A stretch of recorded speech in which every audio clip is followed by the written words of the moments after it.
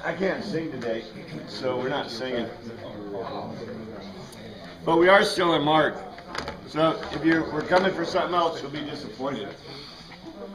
So no singing. You can hum to yourself, but we're going to start right out. Skip singing. I can understand why at the moment. Yeah, getting this thing going. All right. So the word of the day.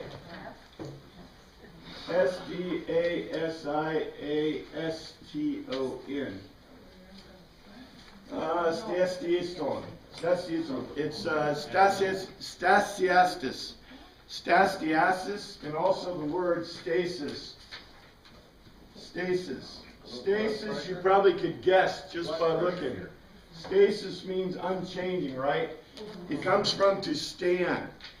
And what it means is to take a stand against basically government. So this is a word that's usually translated a standing, an act of defiance. Act of defiance. Defiance, and this is a insurrection. Now, the thing to note is, all right, in English we've got a lot of different words that we use for, insurrections, revolution. Take your choice. You have lots of choices of words. There are not a whole lot of words in Greek for insurrection or for revolution or for anything. Why do you think? It's illegal. That did not happen. It generally didn't happen, and the reason is kind of simple. We live in a world where we have all right. If you want to control people, what do you got to do to control people? Take credentials. Yeah, disarm them. Well, yeah, disarm them is one thing, but really, okay, think about what's that? Do you get them dependent? Make them dependent. Okay, in the ancient world, a city-state is relatively small. So let's say a city-state is maybe 40, 50,000 people, okay? So relatively small community. In 40, 50,000 people that are free, let's say we're free, let's say we're the Athenian democracy. So we have 40 or 50,000 people, and then we have another 80% that are slaves. Okay, so the free people, how do you probably know almost every person that is a free person in that society. You know them, you may know them by name. You at least know them by sight. And how do you make laws within the context of that community? Go talk to them at the evening. Yeah, well, for example, the Athenian democracy, now it was by lot. We don't understand this. We think they were elected. They were not elected. The Athenian democracy had no elections. It's not in the way we think of it. What do they call them? The representatives, and they've got a name for it. It's in my book. The representatives of the Demi. The Demi was the group, and the Demi had, I think, 500 members. I'd written this a long time ago when I was writing my book. But anyway, I believe there are 500 members of the Demi. They were elected by lot. So you didn't elect them from your, or it wasn't Demis. They were Demis, and there was a name for it. Anyway, the Athenian democracy, the ecclesia. The ecclesia of the Athenian democracy was 500 chosen by lot from each Demi. They weren't elected. And they served their time in the Demi, and I believe it was 2 years or something like that, maybe a year. In any case, you knew everyone, you knew the people, and therefore if something got out of control, what did you do? And everybody, remember I told you, every person was a soldier. So if you're going to assert your rights against me, guess what you have to do? You have to take me out, right? And guess what my Demi is going to say to you? Yeah, and you heard of blood feuds, right? Well, the way they control blood feuds is because they didn't have a police force, right? It was self-enforcement. And by the way, that's the way the Israelis were too. They were self-enforcing. So the only way for you to, well, how do you create a police state? How do you create, you got to, number one, disarm the people. You got to have police. The more police I have, the more I can control you, especially if the police have weapons and you don't, right? So the police state is kind of a modern idea under force of compulsion and power. And so therefore in English we've got a gazillion words that mean insurrection or to fight back. Until you had the Roman Empire, you really didn't have much of a police state. Even the Assyrians, Babylonians, whatever, you know, they were very forceful people, but they really didn't have police forces, they had armies. The Roman legion, the Roman concept of a police occupation, let's say, was the legions were their policing force. And so, by the way, and they wouldn't help you, right? If you're being robbed on the street, don't call for a legionary. You might, you know, say, okay, but that's about it, right? They weren't there to help. They were there to get your tribute and make sure you paid your taxes. And so therefore the idea of an insurrection, the idea of fighting against your city-state, remember, what did Socrates do when he was convicted of a crime against his city-state? He bowed to it.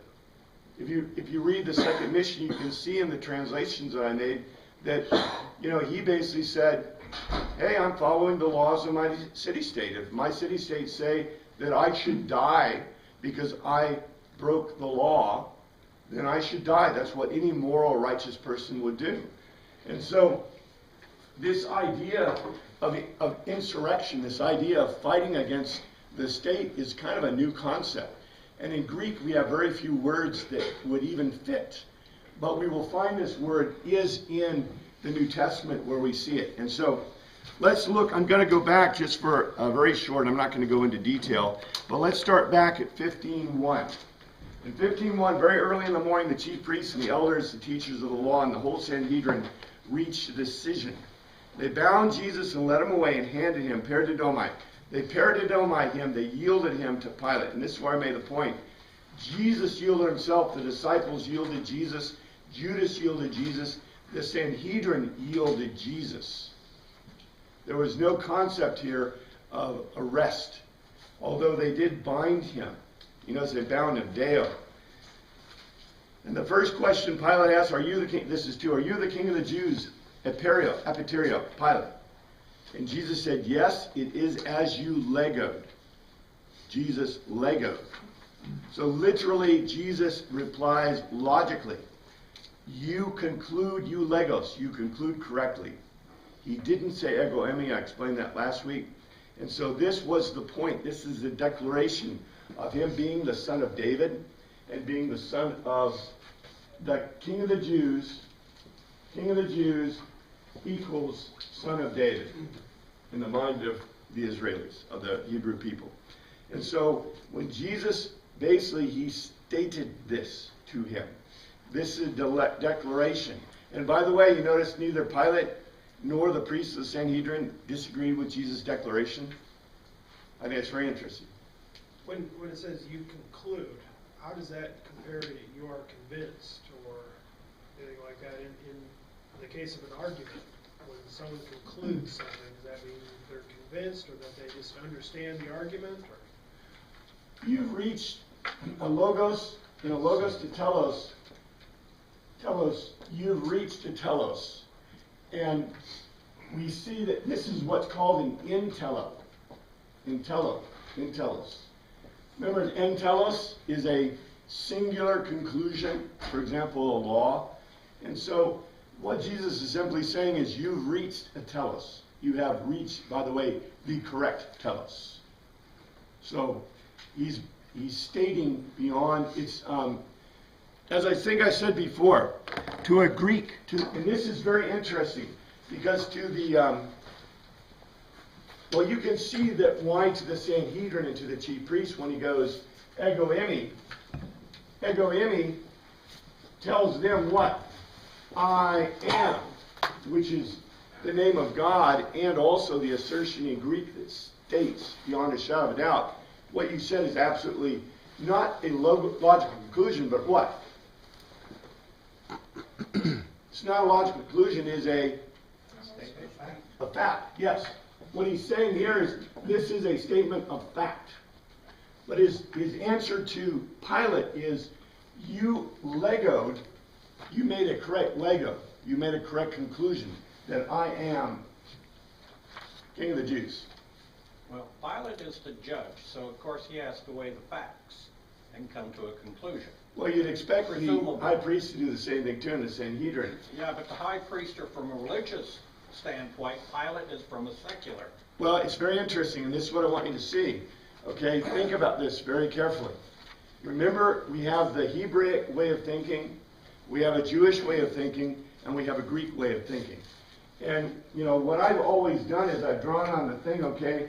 So I have in the Hebrew has a synopsis body, right? And we talk about the Greek. The Greek is a logos tetelos. And by the way, the Roman is the same as we like. Intro, body, and conclusion. Look exactly at how Jesus approaches these different groups.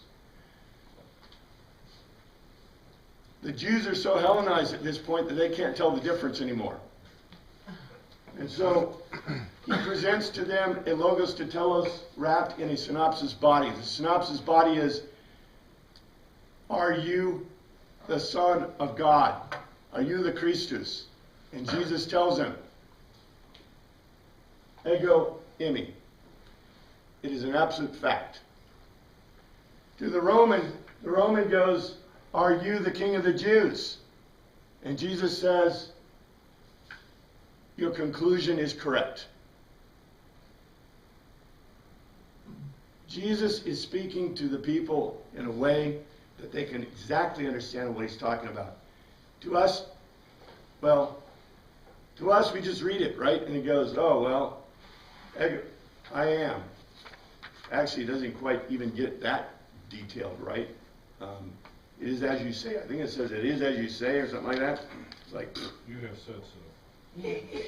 how weak is that? I mean, compared to ego eimi and the understanding of what that means, you know, from a cultural basis. But then, notice to the Roman, speaking to the Roman exactly as the Roman expects. So, in 3, it says, Lionel, before yeah. I start, did the high priest have a choice other than we all have freedom of choice? I mean, we've discussed numerous times that fate and the will of God paired with freedom of choice. Christ had a mission to complete, proclaimed by God. So what could the high priest have done? well, okay, God, there's a big W. I'm afraid that we do not, number one, I don't think we understand theology very well, and I don't want to go into huge detail on theology, but I'll mention this. Because no matter what you think about God's will, God has given you free will. And God cannot, this is an absolute, God cannot affect your free will. Sorry, I don't know what you think about that, but that is absolute fact. Because if God could, what is God's big will? Big W for everything. That you will choose. Then if he wanted to, with fate. The New Testament is the absolute opposite of fate. The people in the New Testament era, the Jews, the Greeks, and the Romans, believed in fate. They were gosh, I hate to go back to this, but animism, pantheonic paganism, mysterion, and Gnosticism. Gnostic. In animism and pantheonic paganism, you are fated. You have no hope. You have no control over the world. The world is what it is. Under Mysterion, you have some control because you can make some choices, but there's no free will. But the Mysterion is the beginning of hope for humanity. And by the way, Christianity looks like a Mysterion to the Greeks, which is very interesting. It's interesting that that was occurring almost the same time. The earliest Mysterion is about 500 BC. And so, if our God was a God of fate, guess what? We wouldn't have to be here. If God was a God of fate and we were Calvinists, right? Go sin all you want, it doesn't matter. You're fated to be, right? And don't worry, because the world is fated to become perfect. You're a You're among the elect. Or Don't not. worry. Yeah, we're not. That and the big W will of God, God would like everyone to come to the same conclusion about Christ, right? And everyone be in heaven. Right? If it was God's will, would Satan and the demons be in hell? No, they'd be in heaven too. Because God's will is that all would acknowledge him. As a matter of fact, it says in the Bible that in the end times, every knee shall bow, every tongue confess that Jesus Christ is Lord. But guess what? Those in hell are still confessing. Why? Because now they know the truth, but it's too late. So God's will is that everyone would know him before it's too late. But it's not happening.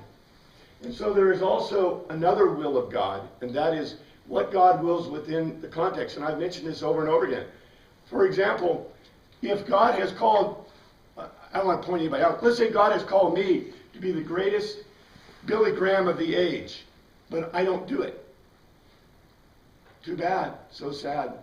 He'll try another person in the next generation, next generation, until he finds a Moses, until he finds an Ezekiel, until he finds a Billy Graham, until he finds someone to pick up the cross and move it forward.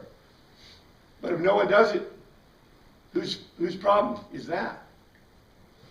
It's us. You know, God weeps. There is also another state of God's will, and that is, you know, God does act in the hearts and minds of the believers. But why? How does he, and this is theological, sorry. How does God act within the minds and hearts of the believers? The Holy Spirit. Why? Why does the Holy Spirit work for us but nobody else? Grace. Just the ones that listen, that want, Because we have bent our knee. Because we are acquiescent to God. So those who believe, the difference between the believer and the non-believer is the believer who is convinced. The one who is convinced has done what? Bent his knee to the sovereign. And so therefore the sovereign has the power to act within your life because of why? You've given up a portion of your free will to Christ. That's the whole point.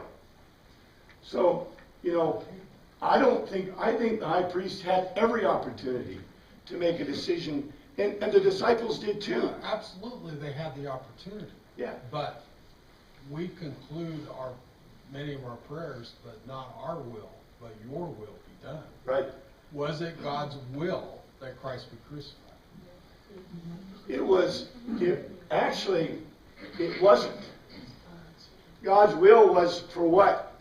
the world to be perfect. The world to be perfect because he made it a perfect world and he never wanted Adam and Eve to be, to do wrong. So no, it was not God's will. It was not his big W will that Jesus be crucified.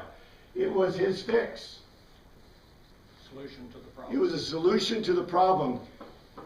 As, in Narnia, it's the deep magic, right?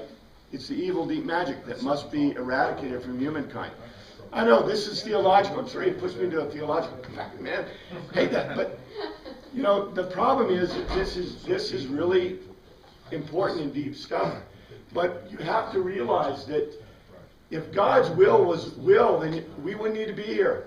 We need to talk about this. It's an argument that people have been asking for a long, long time. Well, Jesus had to be crucified, so therefore all of those people, the actors that we're seeing in this scene and these scenes are puppets because Jesus had to be crucified. So Pilate's exonerated, the high priests are exonerated because that had to happen. And so, this is a total discussion that has been going on for a long, long time. Don't worry.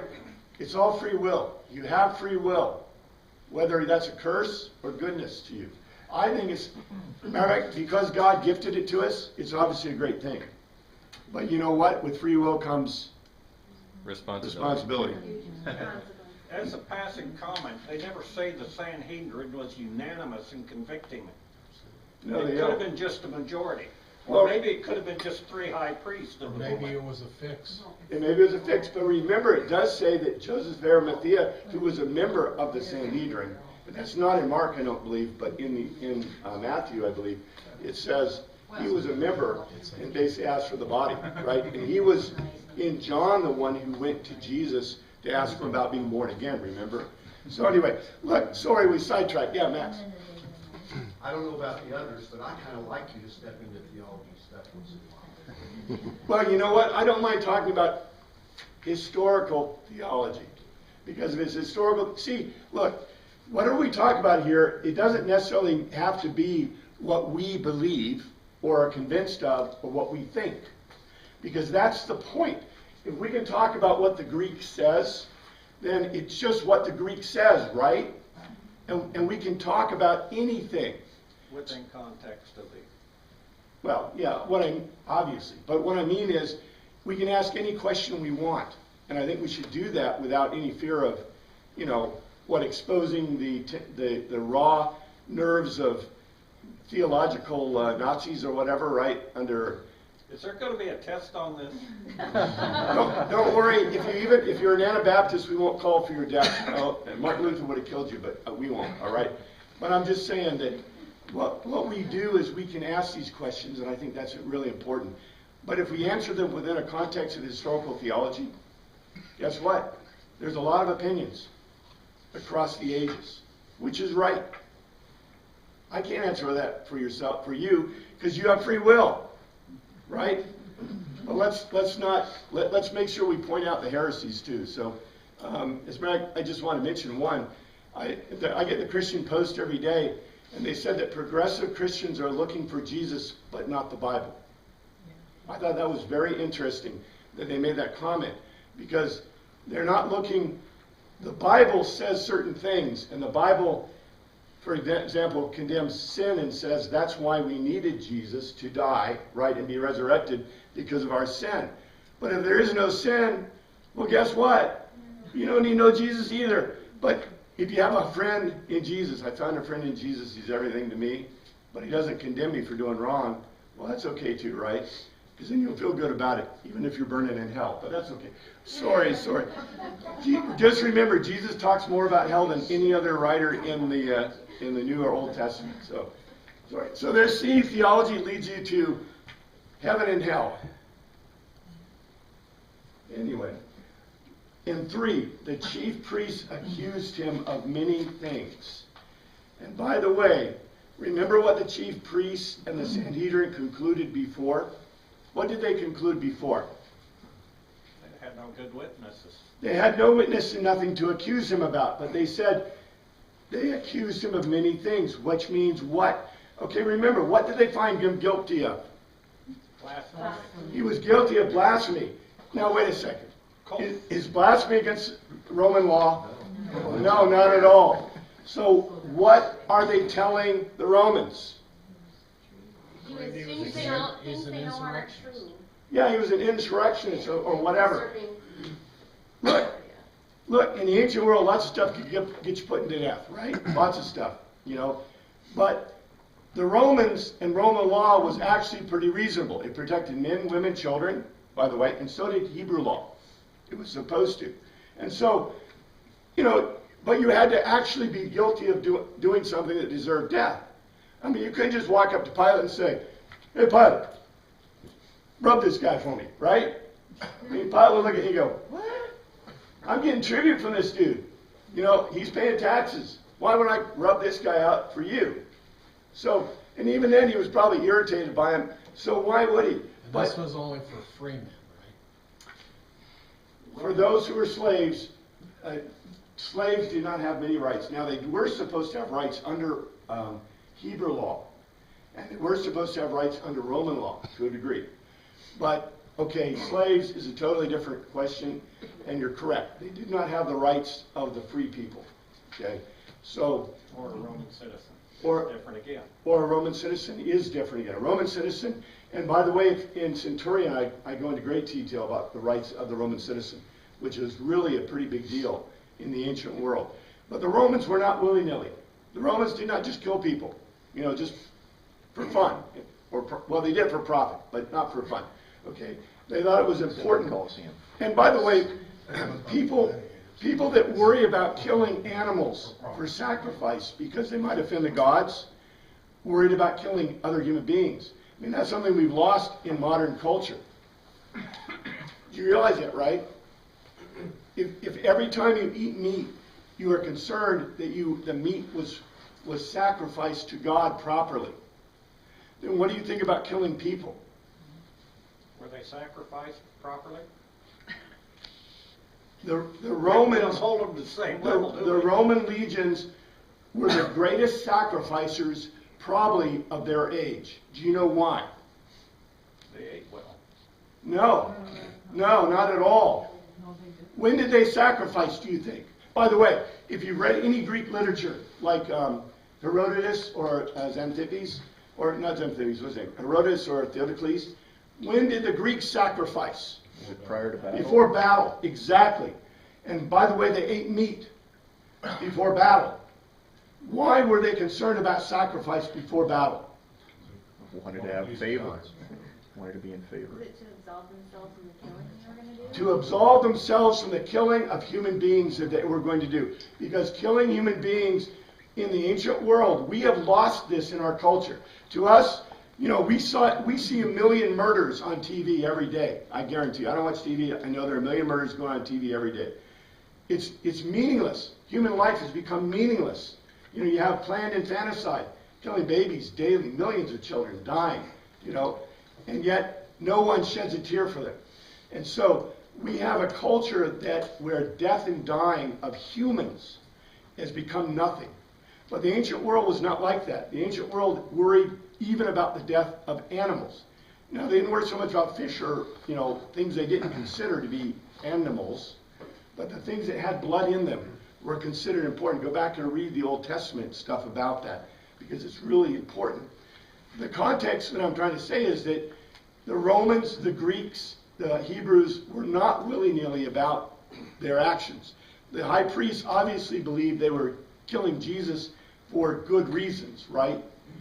The Romans aren't so sure. Just a question popped into mind. When Herod ordered that all the firstborn children be slain, how did that sit with the Romans? Or how was that possible to murder children and have the Romans be cool with it in that situation? That is a beautiful question. The reason is because Herod the Great at that time controlled all 4 of those areas.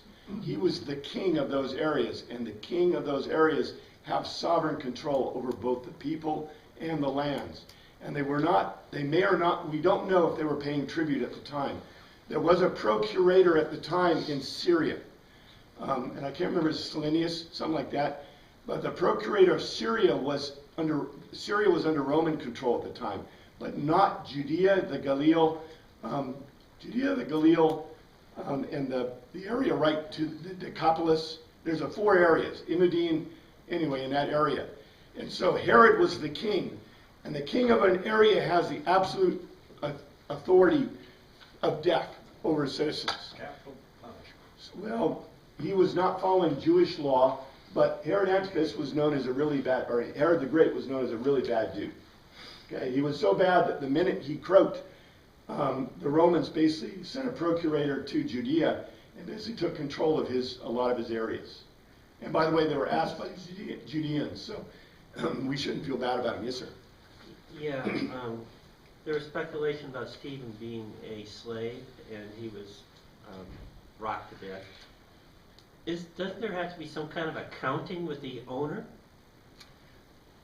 Yes. I mean, it seems to me like it's easier to kill a person than to destroy property. Am I wrong? You do have a serious issue, and the Sanhedrin were made of Pharisees and Sadducees. The Sadducees were priests, Levites. The Pharisees were the wealthy.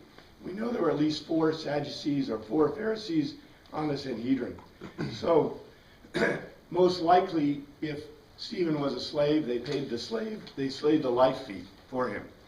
But yes, they could get in a lot of trouble with the master. And if you go back and look at Hebrew law, now whether the Romans I expect the Romans had allowed them to do that law specifically. That's you had to pay a rate. You had to pay a life rate. You had to pay amount of money. As a matter of fact, this isn't that unusual in Anglo-Saxon and German law. Blood money. legalism, what's that? Blood money. Blood money. It's called blood money. It also has other names in other cultures, but it was a weregild, called the weregild in Anglo-Saxon. You could actually pay the weregild to those that if you killed someone, usually you had to kill them accidentally. If you killed them intentionally, a weregild in Anglo-Saxon, the Anglo-Saxons were not very happy with you for killing people So you had a blood feud. intentionally. Then you would have a blood feud. And so it's hard to get out. But if you accidentally killed someone, you could pay a weregild, a man pay. And that was the worth of the man. And by the way, in Anglo-Saxon culture, a man, a woman, a slave, and a child had worth And we still have it today in law. by money. You And pay for a loss of a hand, et cetera, and so forth. it is in law. That's correct. And what's interesting is that our culture, the Anglo-Saxon culture, has always attributed worth, even though it's different values of worth, to every living person. So, and that's probably also gets us in trouble because, right, we would say that everyone's worth, well, we say everyone's worth is infinite, but what does that really mean? If your worth is infinite, then you have no worth.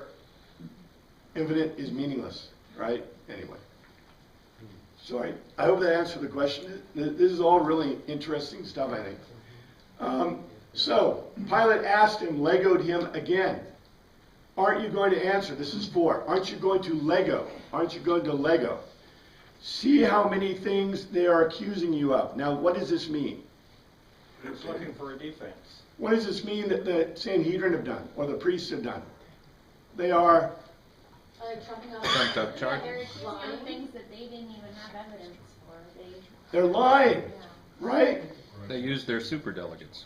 They use superdelegates. Well, this is not as unusual as you think. In Muslim cultures, what does the Quran tell the Muslims they can do? All they want.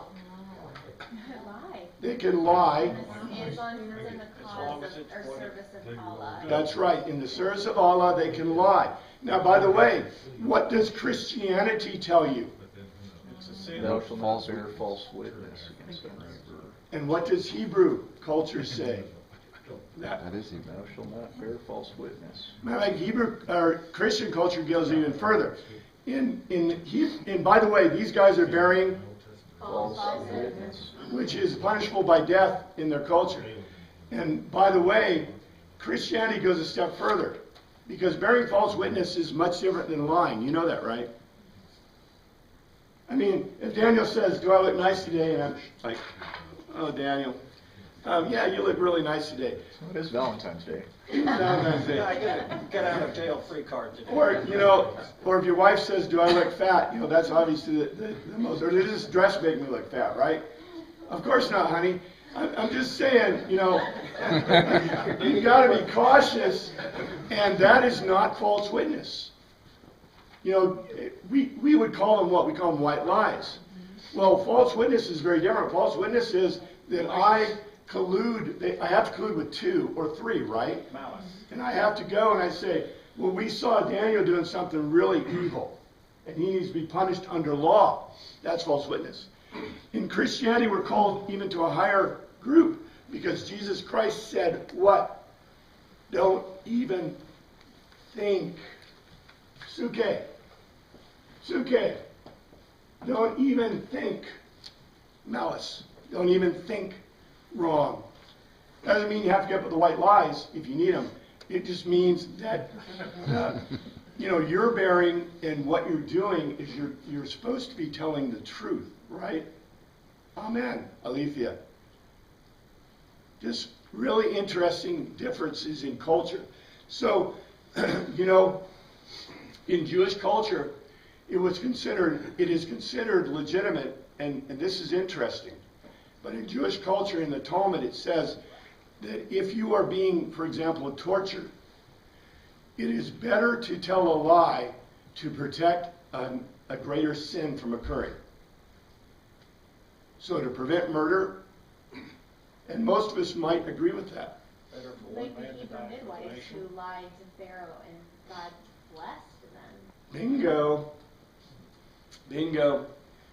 And I think we as Christians, we as Teen Hodos, it'd be really good if we had learned more about the Talmudic and the Jewish expression of what Jesus thought, right? That's what I try to give you little bits and pieces of. But in any case, so Pilate asked him, "Are you going to answer? See how many things they're accusing you of." In 5, but Jesus still made no reply. And Pilate was thaumazo. He looked in wonder. He looked in wonder. You know, why do you think he looked in wonder? Obvious lies. Well, what normal person would not defend themselves and try to get out of it? Now here's the answer. You say, it was the will of God that Jesus be crucified. Well, Jesus is not defending himself. He is paradidomai. He is yielding himself to Pilate. He yielded himself to Judas. He yielded himself to the Sanhedrin. So Jesus, and this is why, remember, in Gethsemane, in the oil press, Jesus was not asking God to take it away from him. If he wanted to ease his burden, all Jesus had to do is defend himself. Because Pilate was looking, look, if you read my book, you know that Pilate, I was writing my book, I said, Pilate tried over and over and over again to find a way to release this guy.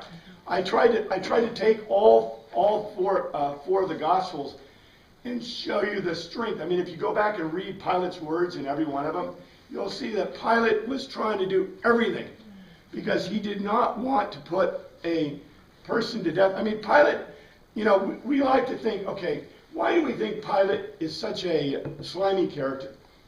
The guy is not a slimy character. He is a Roman procurator who was probably a legionnaire, who was from the Senate, who basically respected himself and expected others to respect him. If he breaks Roman law, what does he have? Roman law is what he is supposed to uphold and carry, right? So he is trying to do everything he can to prevent an insurrection from the people, to placate the priests, to make sure he gets the treatment to give to the Senate, right, to the Roman Empire. He's got lots of bosses, and he tries to be a wise man. So I'm not going to vindicate him on any count, but I'm just saying, you know, we should realize that we are like him more than anyone else, maybe. Yes, sir. I never thought along the lines that he was so principled, that's why he was arguing. I felt he didn't like the Sanhedrin forcing his hand and trying to use him to kill their person. Well, I expect he didn't like that either, but I would, look, most of these Roman guys are very principled. Yes, ma'am. I was going to say he's also very superstitious, not in this gospel, but in the other one. His wife warned him off because she had a terrible dream. Yes. And you know, he's afraid he's going to offend one of his gods. Yeah, okay, what you brought up is beautiful. I want you to think about this, though. It's not just Pilate who is superstitious. Who is superstitious in this culture? Everybody. Everybody is superstitious. Well, we call it superstitious. I'd like a little of that superstitious. You know what I'm saying? If people had a stronger feeling for, humanity, right? Because they were superstitious, I'll take some of that. I'm just saying, yeah, we call them superstitious. Their But, concept of cause and effect is a lot different than us. well, they don't really believe in cause and effect. See, anyway, it is very complicated because it is not the way we think. But if we can immerse ourselves a little bit in thinking how they think. So, 6. Now it was a custom of the feast, at the feast, that is the feast of Passover, to apoleo, to fully free a decimos, a bound person. It's not really a prisoner, it's a bound person. So it could be a slave, it could be a person that's held by the Romans, whom the people requested. And the word is near asked. Pere etelmai, begged for, near asked. So the Romans would free a prisoner. And by the way, okay, remember, why did you go to prison in this era? Debt. Political prisoner. Political prisoner. It's not debt. Not debt, okay. It's not dead. What did they do for you if you were going into debt? It enslaved you. And by the way, guess who they started with? Your sons, your daughters, your wife, and then you, your other slaves. Everything was sold off, including your body, to pay for debt. So there's no debtor prison. Sorry, you were enslaved. Well, they put people in prison for political reasons. Reason is because, what did they do to criminals? Kill them.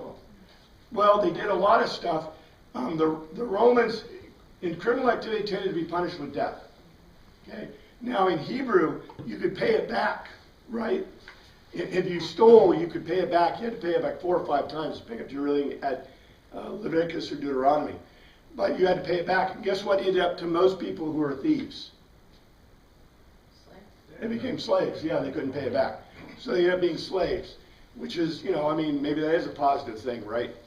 In terms of they're becoming better in the culture and society. Because what we do is we take the people and we make them slaves too. We put them in prison and hopefully make them do prison labor, but, to be redeemed, to be changed, With 80% recidivism rate, obviously it's not working very well. But in any case, in the ancient world, people who were prisoners were put in prison because of political reasons. That's why they were there, or religious reasons. So not just any reason. So 7, a man called Barabbas. Barabbas means son of the father. Bar Rabba. Bar in Hebrew means son. Abbas, Abba, remember? Abba, father. Bar means son of the father. And by the way, son of the father means he was a Messiah. Barabbas thought he was a Messiah. That's the reason he was Barabbas, son of the father. By the way, son of the father is another word for son of man. So Barabbas claimed to be a Messiah. He claimed to be the Christus. He was probably a zealot. He was probably a part of the zealot party. In Centurion, I was shown to be a blue turban, which is basically my code word for zealot party. He was in prison with the insurrectionists, the Stasis, the rebels, who had committed murder in the Stasis, an uprising.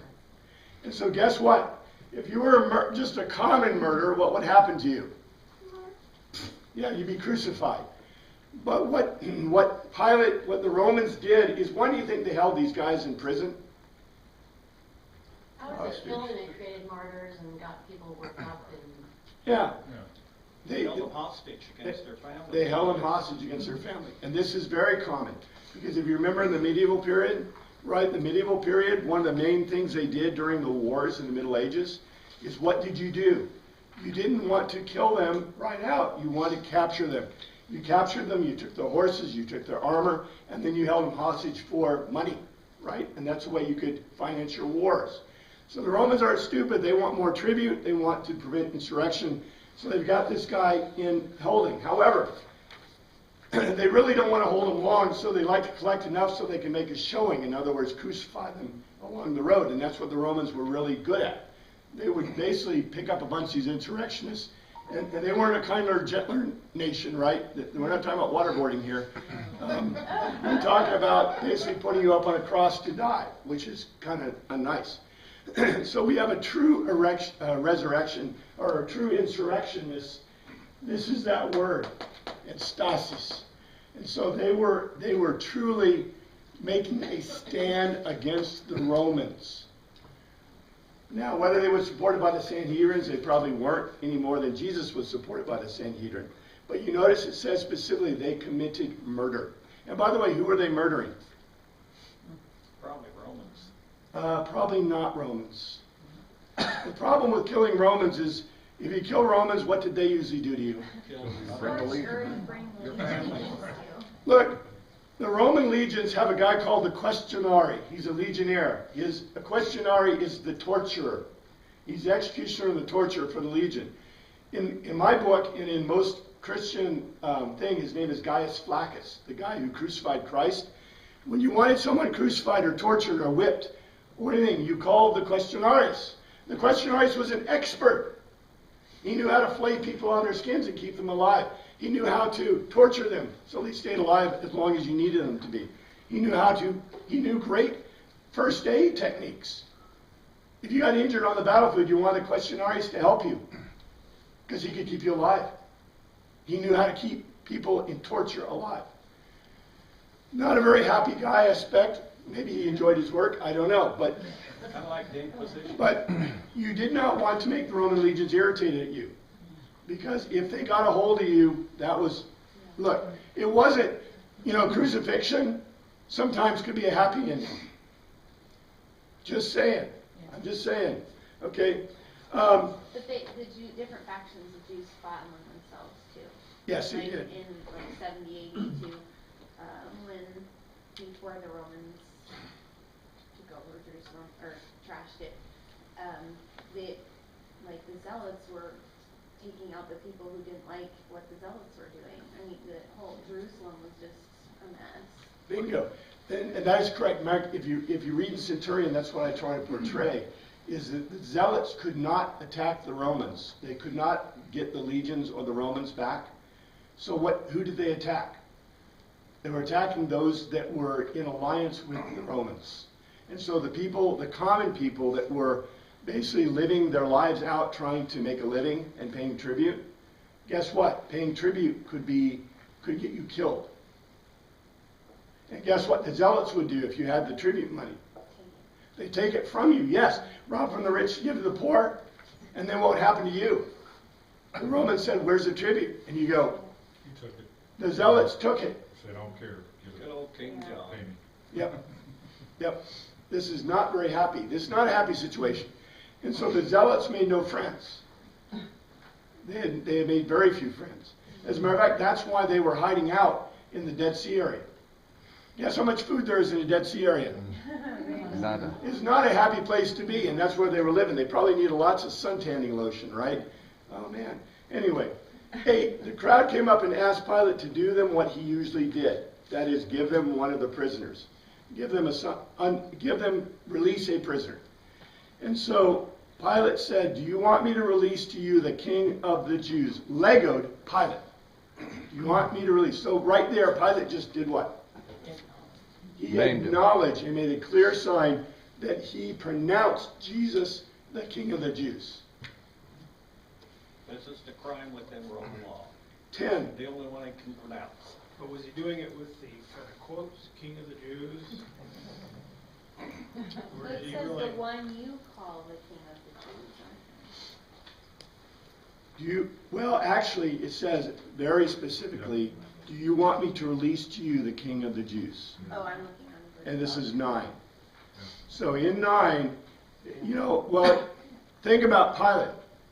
Pilate may be trying to get a reaction out of him. I mean, Pilate's not a dummy. He's like, okay, how do I get these guys spun up, right?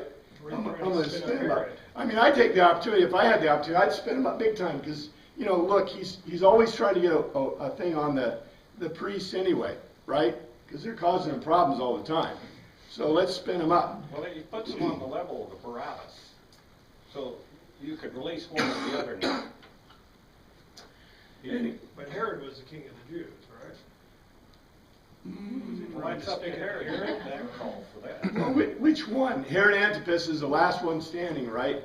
So yeah, Herod Antipas is supposed to be the king of the Jews, but he's not a son of David, and he's not a son of Levi, right? He's an Edomite. Yes, he's an Edomite. He's an Ibudim. I don't know how much marriage was in between there. If he has any blood that's Jewish, maybe he does. But Illegal alien. do you think this caused attention? Remember, I told you why did we have Pharisees, Sadducees, Essenes, and Zealots?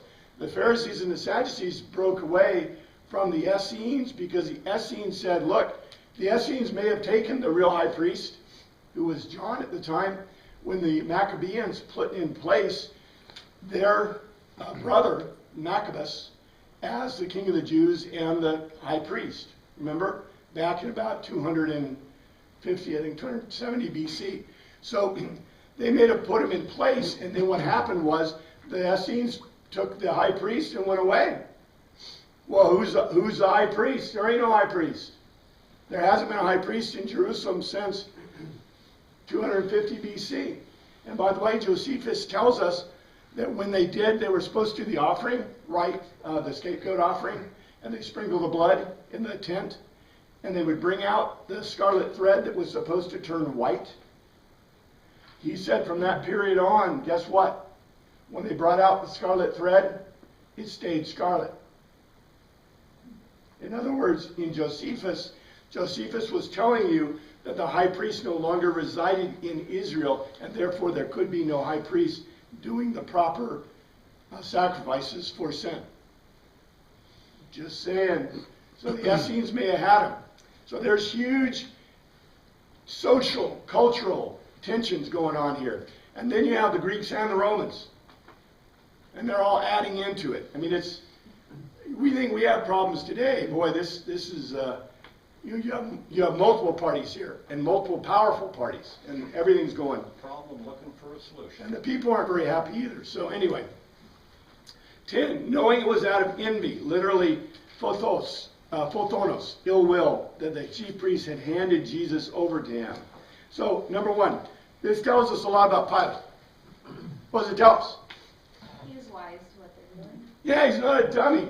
In Centurion, I showed you that, in Centurion, Pilate had spies within the people, using the legionnaires, was using Abinadar to report to him about what was going on in the city. And Abinadar got his information from his wife and also from the people that were in the city, right? And so Pilate was not a dummy. Pilate read not just the tea leaves. He had his spies out. He has networks out. He knew exactly what was going on. He probably understood the situation maybe better than the high priest. Because remember, the high priests secluded themselves. And the Pharisees secluded themselves from the people, right? Intentionally secluded themselves from the people. So he knew about it. He wasn't a fool. This tells us something else about Teen Hodos, right? How do you know what Pilate was knowing? How do we get a report back about what Pilate knew? Oh, well, he obviously They were placed that as on the inner followers. circle. They were obviously who kind of followers? Yeah. Roman followers in Teen Hodos already, right? Just saying. There's a lot in this that's easy, I think, easy for us to pick out. 11, but the chief priest stirred, literally, this is a really good word, anisio. They uprocked. They rocked them. They excited. They uprocked the crowd to have Pilate release Barabbas instead. It's kind of like stoning there with rocks. Now, this is very interesting. Yes, sir.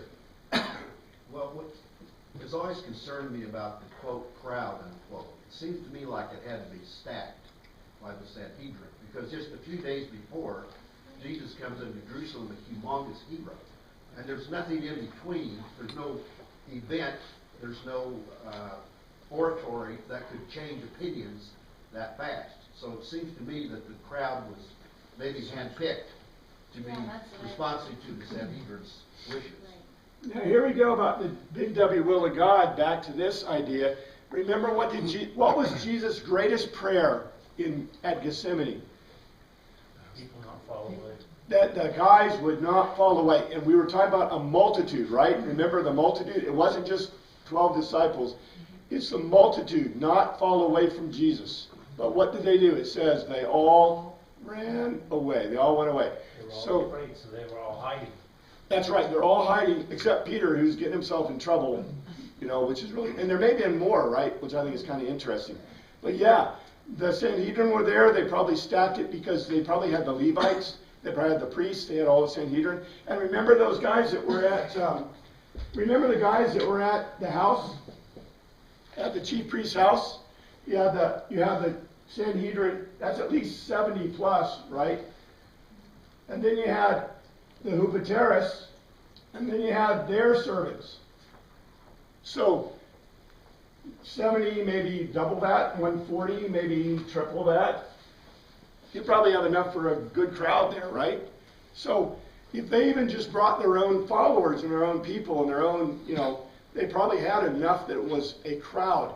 But you know, And they may physically not be able to have that many more people in the courtyard. right. If you look at the courtyard that we're talking about is likely in my book, I showed it to be the courtyard outside the Anatolian fortress because they would not go into Pilate's court. Here's the temple. The Anatolian fortress stood up against the temple, and we don't know which side that the Anatolian court was, but Pilate's court was here. And they wouldn't go into the court because if they did, that would defile them and they couldn't do the Passover, right? So Pilate was out in the open court, which there they could, because they couldn't go into the temple, right? But they could go into the courtyard of the Anatolian fortress, which wasn't that large.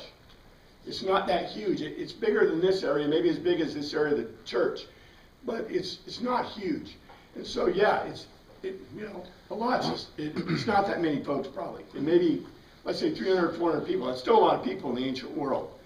But the chief priests rocked up the crowd to have Pilate release Barabbas. And see, what does this say about them?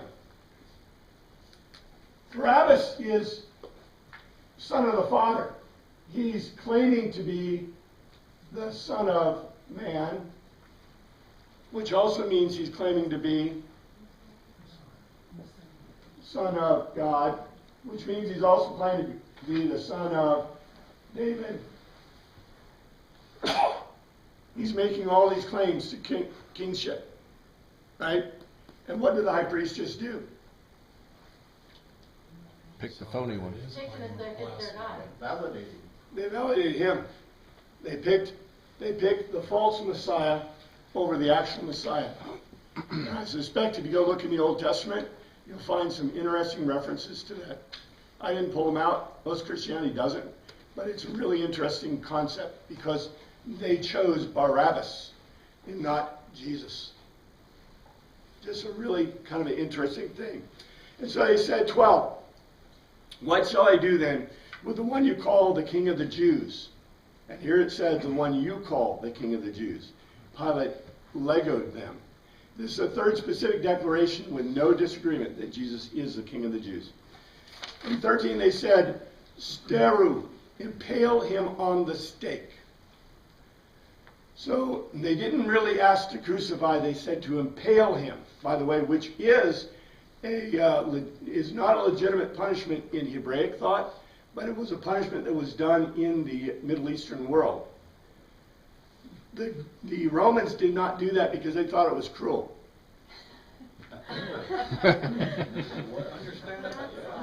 So but the word in Greek is to steru. The Greeks did not crucify.